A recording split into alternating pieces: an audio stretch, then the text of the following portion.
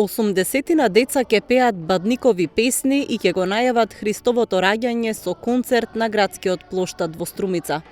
По околу 2 месеца подготовки за концертот што го организираат волонтерите на Фондација Елеуса, заедно со учениците од школата за веронаука при храмот Свети Кирил и Методи и Струмичката епархија, струмичани ќе имаат можност да уживаат во божикните композиции со изведба во живо од хор и оркестар. Разликата е во тоа што сменета е локацијата. Овој пат се наоѓаме на скалите на самиот плаштад на Гоце Делчев. Репертоарот е зголемен. Имаме исто така и зголемен е бројот на учесници, на деца. Детскиот хор брои околу 80 деца.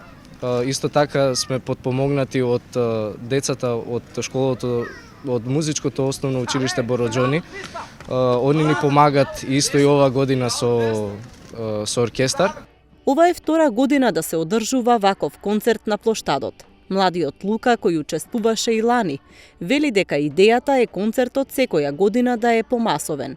Рано е да кажуваме, но очекуваме следната година бројот на деца да биде поголем, бројот на композиции да биде поголем, а другото се надеваме на изненадување. Скоро сите песни црпат некој фолклорен елемент во нив, така што и на самите музичари тоа им беше природно да го оформат, односно да го направат аранжманот. На сите им беше природно, а и самата мисла, самата цел дека го навестуваме Христовото рождество некако си отвори патишта за да може да се направи аранжманот.